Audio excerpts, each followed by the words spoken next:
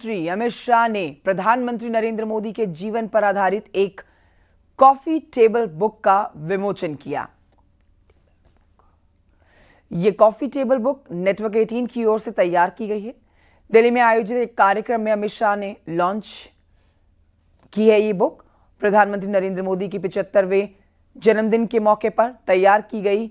इस बुक में उनके जीवन के विभिन्न पहलुओं को दर्शाया गया है। इस मौके पर गृहमंत्री ने नेटवर्क 18 के editor in chief Rahul Joshi के साथ खास बातचीत में प्रधानमंत्री नरेंद्र मोदी के जीवन से जुड़े कई अनछुए पहलुओं को छुआ और उन पर चर्चा की।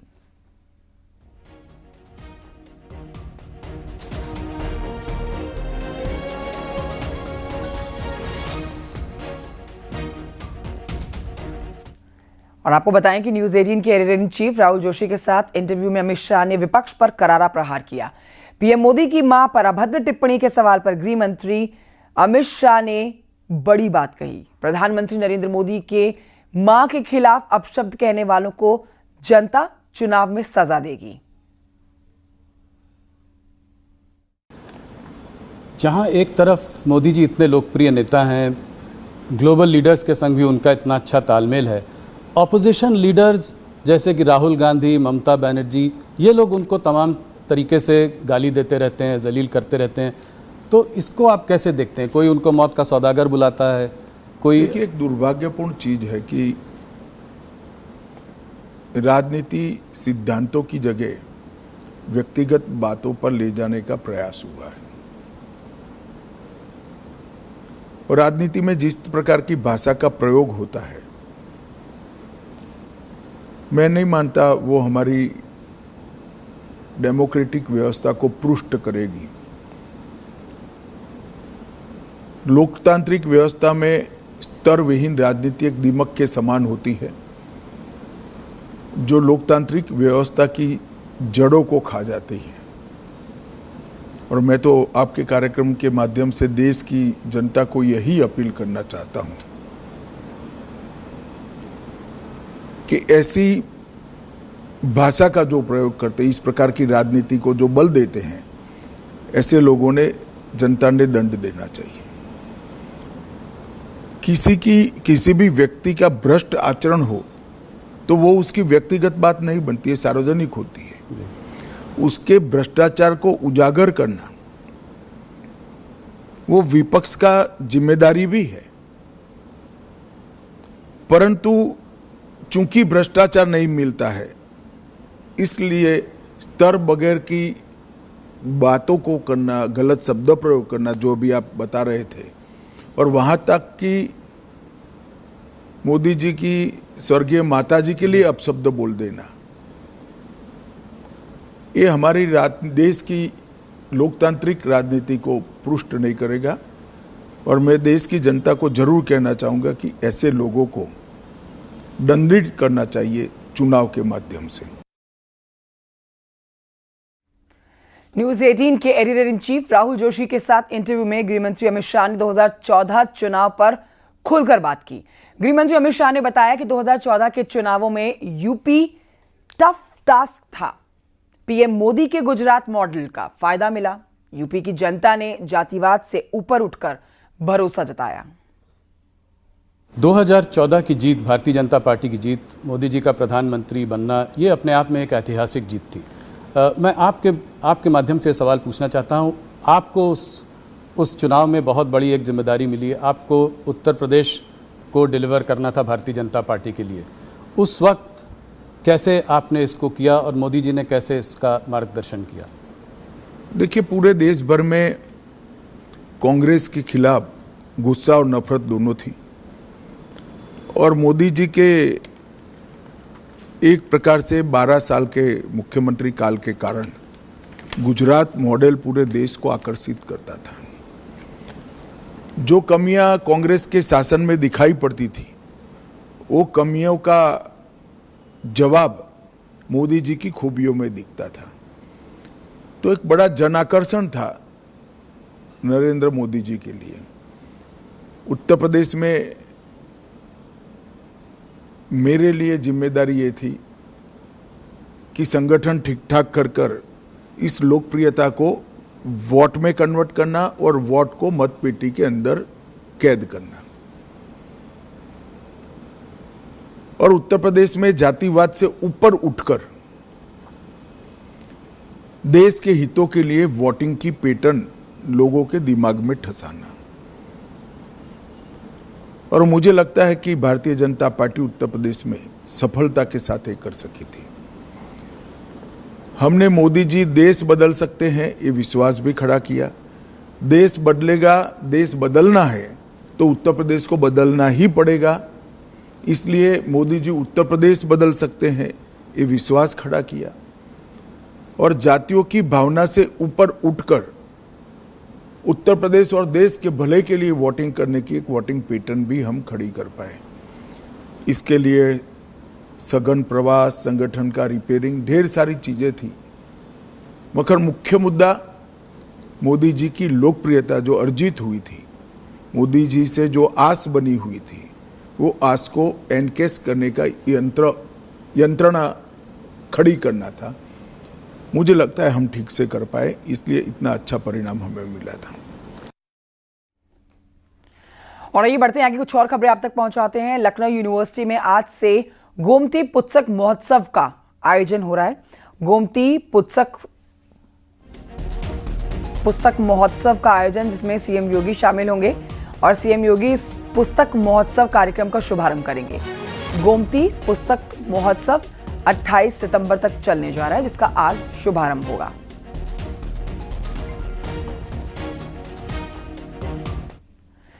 आपको बता देते हैं कि लखनऊ में सीएम योगी ने कानून व्यवस्था पर हाई लेवल बैठक की और इस बैठक में सीएम योगी के दिशा निर्देश की जो उनकी तरफ से दिए गए हैं, उसमें पर्व त्योहार हर्षोल्लास से मनाए जाएं, लेकिन लोगों की सुरक्षा सुविधा का ध्यान रखा जाए। मिशन शक्ति 5.0 के लिए पूरी तैयारी कर ली गई है और सीएम योगी ने कहा है कि महिला पुलिस कर्मियों की बाइक रैली आयोजित हो। 21 सितंबर को बाइक रैली का होना है आयोजन। उपद्रवियों और शोधों पर सीएम योगी ने सख्ती बरतते हुए कहा कि उपद्रवियों को उन्हीं की भाषा में जवाब दिया जाए।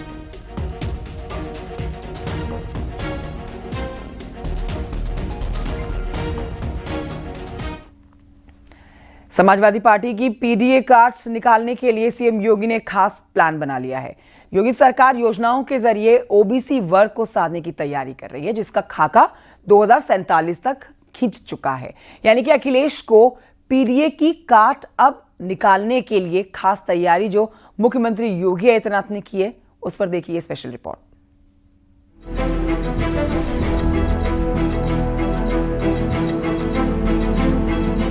सीएम योगी ने विपक्ष के पीडीए की एजेंडे की काट के फॉर्मूले पर काम तेज कर दिया है।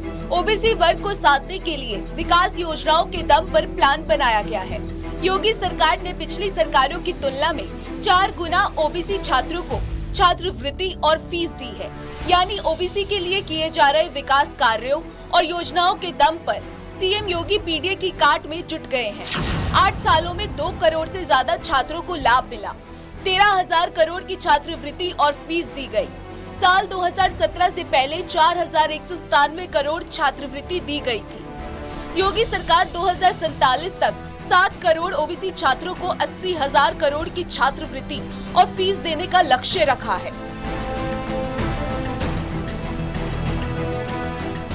शादी अनुदान योजना में ओबीसी की 24 लाख बेटियों को 14,400 करोड़ रुपए का लाभ देने का लक्ष्य है। इस अनुदान को बढ़ाकर 60,000 रुपए करने की तैयारी है। साथ ही कंप्यूटर प्रशिक्षण से रोजगार के नए अवसर का भी प्लान है। 11 लाख युवाओं को कौशल विकास का लक्ष्य रखा गया है। छात्रावासों का अनुरक्षण और नए निर्माण से ओबीसी छात्रों की शिक्षा को सहारा मिलेगा। सैफई परिवार और श्री अखिलेश यादव जी इंड कंपनी, ये कभी पिछड़ों का, दलितों का, गरीबों का भला कर ही नहीं सकते। इनका नाम सुनते ही आज भी लोग डरते हैं। जैसे समाजवादी पार्टी इस प्रकार की बात करती है तो उनको लगता है उनका वोट बढ़ रहा है। अब मुझे लगता है, मैं तो जनता के बीच में हूं, मुझे लग रहा है कि उनके एक एक बयान से उनके लाखों लाख वोट घट रहे हैं। वो सोचते हैं कि मुसलमान उनका बंधुआ मजदूर है, यादव उनका बंधुआ मजदूर है, यादव और मुसलमान को जोड़ने के बाद बाकी को बरगला लेंगे तो सत्ता मिल जाएगी। लेकिन मुंगेरी लाल के हसीन सपने हैं। समाजवादी पार्टी की सरकार 2047 तक आने वाली नहीं है। ओबीसी वर्ग को साधने के लिए सीएम योगी ने विकास योजनाओं की सौगात के दम पर जुटे हैं। बीजेपी इसे मुद्दा बना रही है कि विपक्ष ने सिर्फ ओबीसी का वोट लिया और प्रतिनिधित्व सिर्फ परिवार और चहेतों को दिया, जबकि योगी सरकार और संगठन में ओबीसी का सबसे ज्यादा प्रतिनिधित्व और ओबीसी के लिए पिछली सरकारों से ज्यादा योजनाएं दी गई हैं। यही नहीं, ओबीसी वर्ग के उत्थान के लिए 2047 तक योजनाओं का खाका तैयार किया गया है। समाजवादी पार्टी समेत तमाम विपक्षी पार्टियां भले ही उत्तर प्रदेश में पीडीए की बात करें, लेकिन योगी सरकार ने, खासकर मुख्यमंत्री योगी आदित्यनाथ ने ओबीसी की जो काट है वो निकाल ली है। यानी कि जो ओबीसी पॉलिटिक्स विपक्ष कर रहा है, अब योजनाओं से योगी सरकार ये संदेश देने की कोशिश कर रही है कि योगी सरकार ओबीसी के साथ मजबूती से खड़ी हुई है। कैमरामैन गोपी गिरी के साथ संकेत मिश्रा, न्यूज 18 लखनऊ। और आइए बढ़ते आगे। आजमगढ़ के पूर्व बीजेपी के सांसद दिनेश लाल यादव निरहुआ, जिन्होंने अखिलेश यादव पर निशाना साधा है, इस पर आपको पूरी खबर बताते हैं। दिनेश लाल यादव निरहुआ ने अखिलेश यादव के बारे में कहा कि अखिलेश को बीजेपी में होना चाहिए था, अभी वो गलत जगह पर हैं। क्यों कह रहे हैं ऐसा, ये जानिए। अखिलेश यादव जी हैं, क्या कहना चाहते हैं आप? अपने सांसदों के साथ हैं। बिल्कुल, ये हमारे भैया हैं और इनको भैया को मैं जब भी देखता हूं तो मैं यही सोचता हूं कि नेता तो बहुत अच्छे हैं ये, लेकिन इनको भी बीजेपी में होना चाहिए। इनको बीजेपी में होना चाहिए?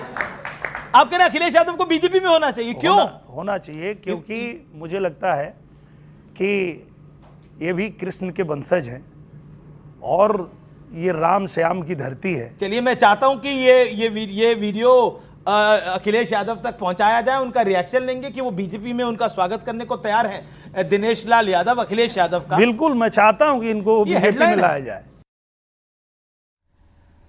उधर मुजफ्फरनगर में एक टोल के 2 मैनेजर कर्मचारी शुभम और शेखर ने अपने साथियों के साथ मिलकर मारपीट की है। डिप्टी मैनेजर अरविंद पांडे को आरोपी टोल कर्मचारी कार से अपहरण करके अपने साथ ले गए थे, जिसके बाद डिप्टी मैनेजर की लाश मेरठ की जानी थाना क्षेत्र में मिली। गुरुवार को यह वारदात हुई थी और पुलिस ने एनकाउंटर में 2 आरोपियों और एक साथी को भी गिरफ्तार कर लिया है। बाकी फरार आरोपियों की तलाश की जा रही है।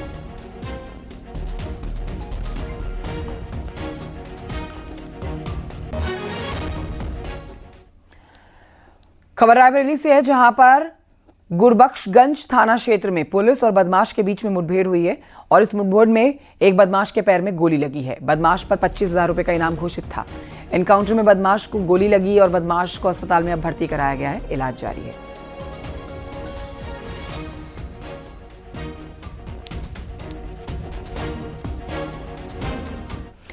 और अब आपको बता देते हैं कि बरेली में दिशा पाटनी के घर पर हुई फायरिंग की वारदात के आरोपियों को उनके अंजाम तक पहुंचा दिया गया है, लेकिन अब इसके बावजूद भी पाटनी के घर के आसपास के लोगों में दहशत बनी हुई है। फिलहाल सुरक्षा के लिहाज से पूरी गली में पुलिस की तैनाती की गई।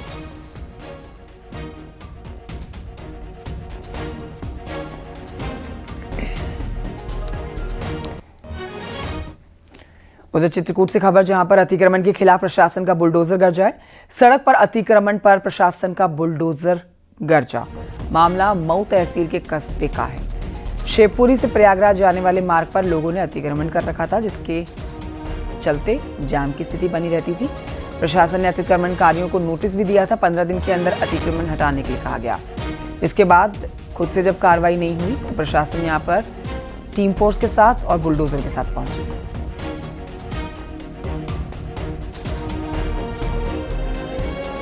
मुजफ्फरनगर के दिल्ली हरिद्वार हाईवे पर छपार टोल प्लाजा पर देर से ड्यूटी पर आने को लेकर डिप्टी मैनेजर से 2 टोल कर्मियों को लेकर विवाद हो गया, जिसके बाद आरोप है कि दोनों टोल कर्मियों ने अपने साथियों के साथ मिलकर पहले डिप्टी मैनेजर और फिर मुकेश, जो कि मैनेजर हैं दूसरे, उनके साथ मारपीट की गई है।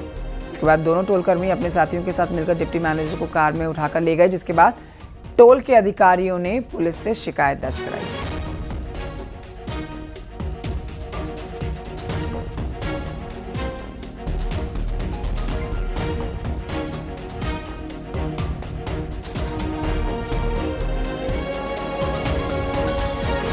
बीच में जो है लेट आने को लेकर के विवाद हुआ, उसमें मारपीट हुई और बाद में कुछ साथियों के साथ उनके कमरे में घुसकर मारपीट की गई।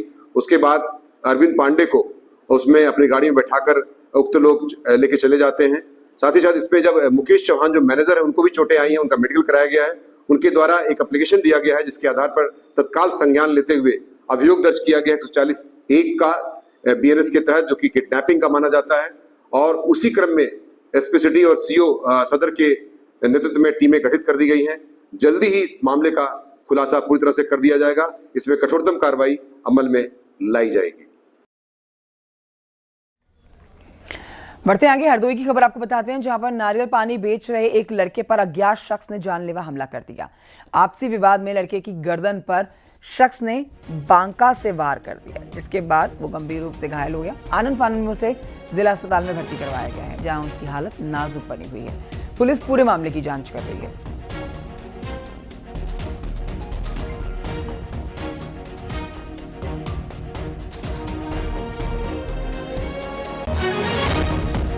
यह प्रकरण थाना कोतवाली शहर क्षेत्र के लखनऊ रोड का है, जहां आज दोपहर लगभग 12:30 बजे एक व्यक्ति द्वारा एक नारियल विक्रेता जिसका नाम मोहम्मद अयाज पुत्र लियाकत निवासी सरायथोक पश्चिमी है, इसको पेन मांगने के विवाद पर वहीं पर रखे धारदार हथियार से मारकर घायल कर दिया गया है।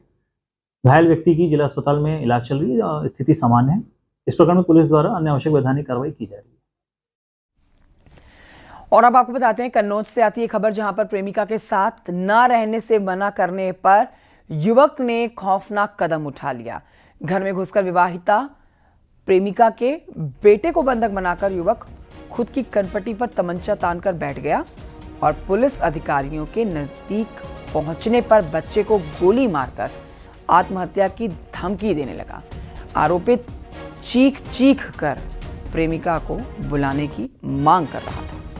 8 घंटे के बाद पुलिस ने आरोपित के चंगुल से बेटे को छुड़वाया और पुलिस मुठभेड़ में बाएं पैर में गोली लगने के बाद ये युवक घायल हुआ है, जिसे गिरफ्तार कर लिया गया है।